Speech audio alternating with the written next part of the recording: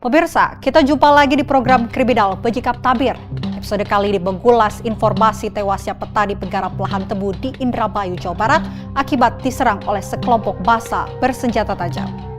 Bagaimana kasus pembunuhan ini bisa terjadi? Ikuti terus Bejikap Tabir. Para anggota FKMIS ini sudah kita laksanakan pemeriksaan dan kita sudah tetapkan tersangka. Salah satunya adalah ketua FKMIS. Saya melihat memang ada hal yang kurang tepat lah. Taryadi melekat sama dirinya kan anggota dewan, ada hak komunitas. Kita sangat menyesalkan ya kejadian penyerangan terhadap mitra petani oleh sekelompok orang ya.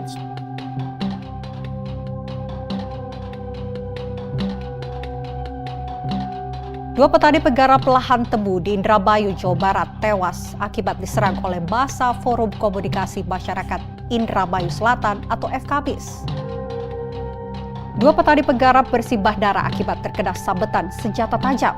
Ternyata peristiwa penyerangan ini sudah beberapa kali terjadi.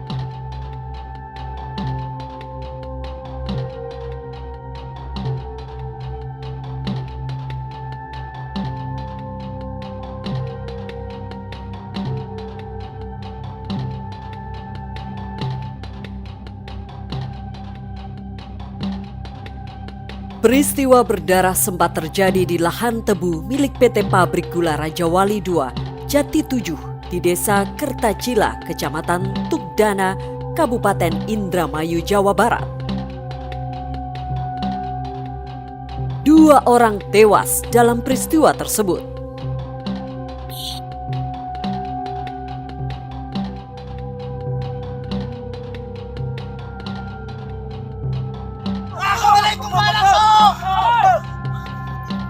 Saat itu sejumlah petani yang sedang menggarap lahan tebu PT Pabrik Gula Raja Wali II Jati 7 dilempari batu oleh sekelompok orang bercadar.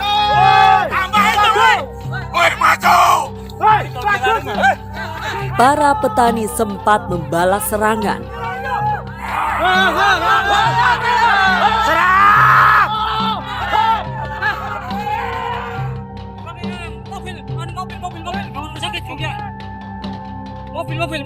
Sampai akhirnya para petani terdesak karena penyerang membekali diri dengan senjata tajam.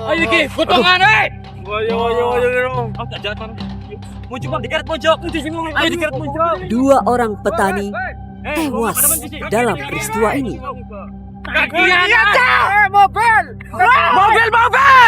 Mobil! Mereka adalah Suhenda, warga desa Sumberkulon, dan Dede Sutarian, warga desa Jatiraga, Kabupaten Majalengka, Jawa Barat.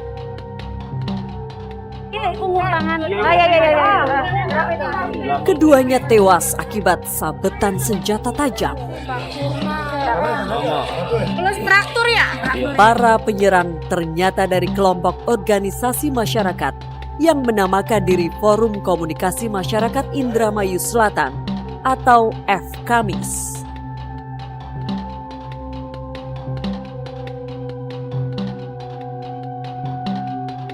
Tim Menyingkap Tabir sempat menemui salah satu petani yang menjadi saksi mata dalam peristiwa berdarah itu. Karena alasan keselamatan, ia meminta untuk dirahasiakan identitasnya. Waktu itu saya seperti biasa rutinitas kerja. Saya lagi bekerja di petak tersebut, sedang ada pengolahan tanah. Selang 2 jam, tiba-tiba ada segerombolan orang menyerang kita. Waktu itu yang petani yang pada kerja di tempat itu, kira-kira ada berapa orang, Pak? Petani yang bekerja ikut kemitraan tebu itu diprediksi kurang lebih ada 300. Waktu itu yang kerja di situ? Kerja yang di situ, yang pengolahan tanah sih ada kurang lebih 25 orang. 25 orang Iya. sedang menggarap tanah. Menggarap tanah. Terus seperti apa, Pak, setelah ada orang yang datang? Ada segerombolan orang yang datang secara tiba-tiba menyerang kami, Pak.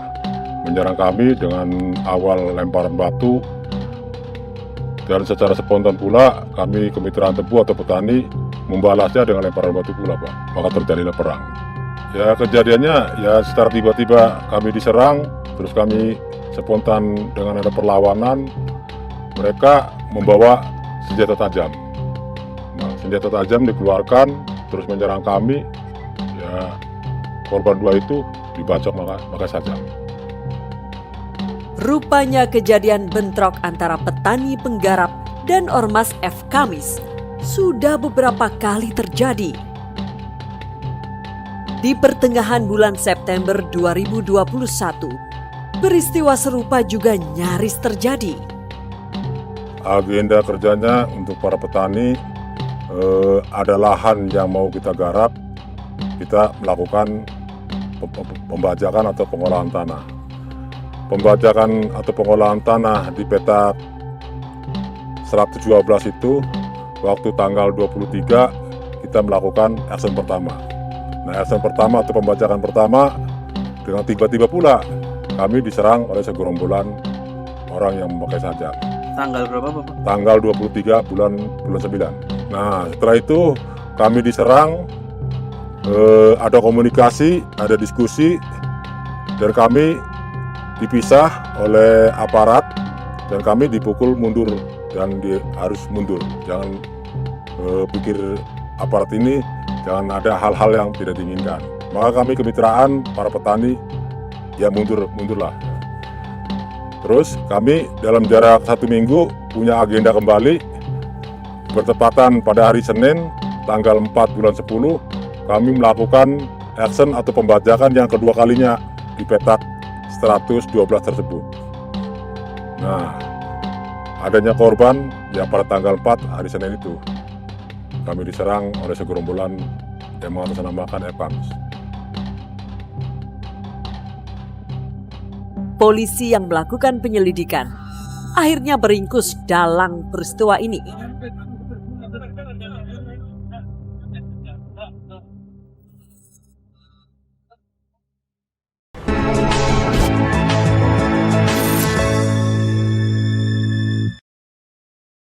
Menyusul bentrokan yang terjadi di lahan tebu, polisi menetapkan 9 orang sebagai tersangka. 1 diantaranya adalah oknum anggota DPRD Kabupaten Indramayu. Ia merupakan dalang dalam aksi penyerangan.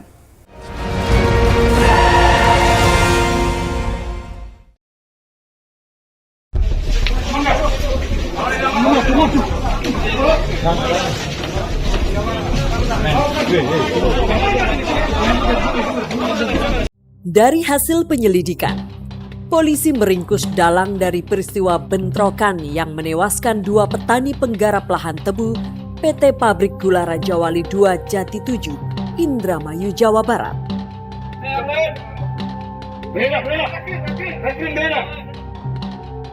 Ia adalah Taryadi, Ketua Ormas Forum Komunikasi Masyarakat Indramayu Selatan atau F. Kamis. Taryadi juga merupakan anggota DPRD Kabupaten Indramayu dari fraksi Partai Demokrat.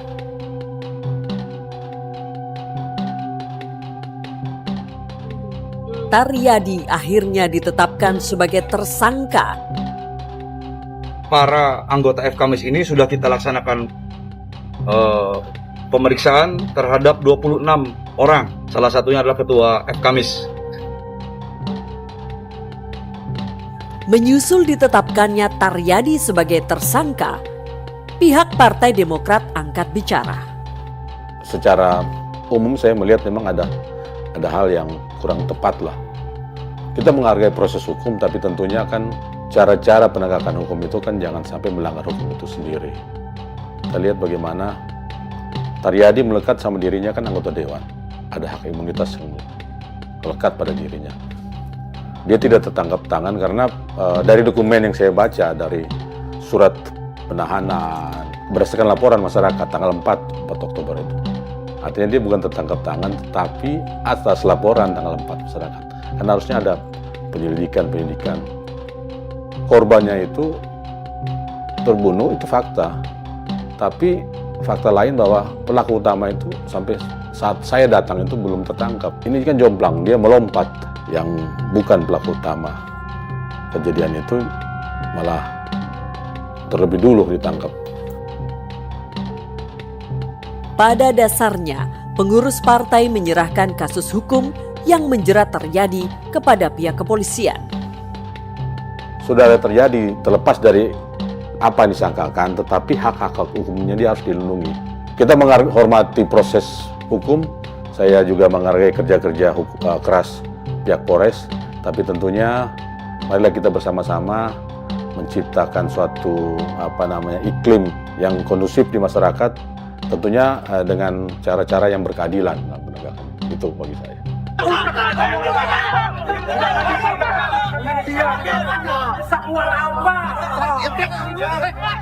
Taryadi dan ormasnya memang sejak lama berkonflik dengan PT Pabrik Gula Rajawali II Jati 7.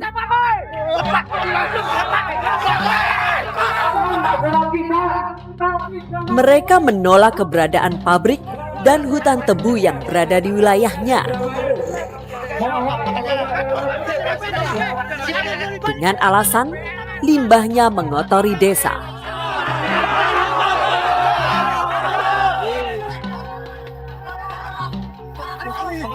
Dan masyarakat menuntut agar lahan yang digunakan sebagai perkebunan diubah kembali menjadi hutan.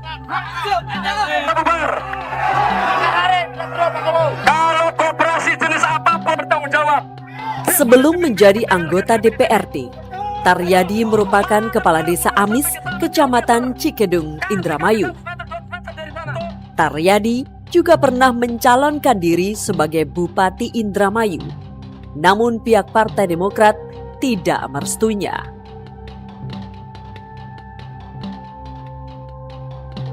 Untuk memperjelas kasus ini, kami coba mengkonfirmasi ke pihak PT Pabrik Gula Rajawali II Jati 7.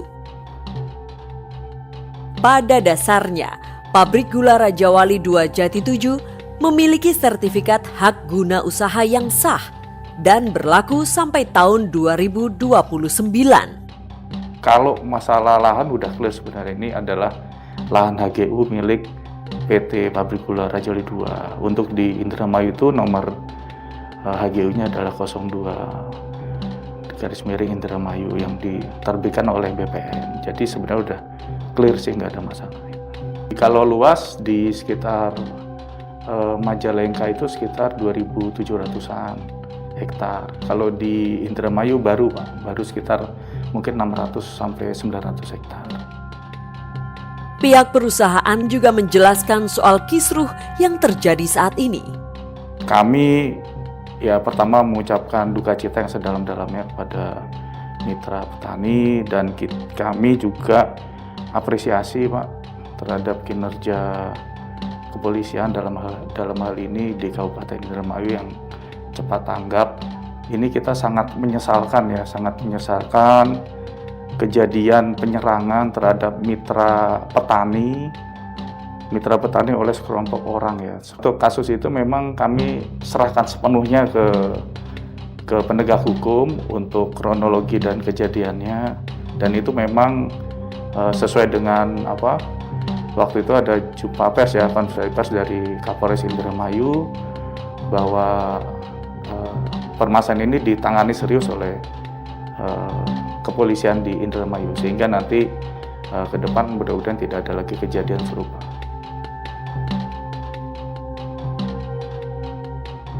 Saat ini lokasi yang digarap Pabrik Gula Rajawali II Jati 7 meliputi wilayah Indramayu dan Majalengka, Jawa Barat.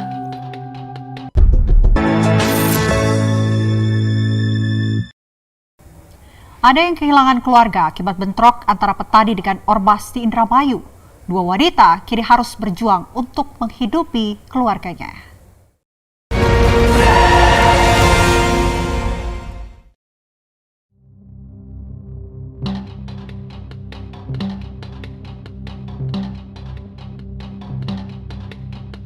Peristiwa yang terjadi di lahan tebu PT Pabrik Gula Rajawali II Jati 7 Indramayu ini tentu meninggalkan pilu bagi keluarga korban.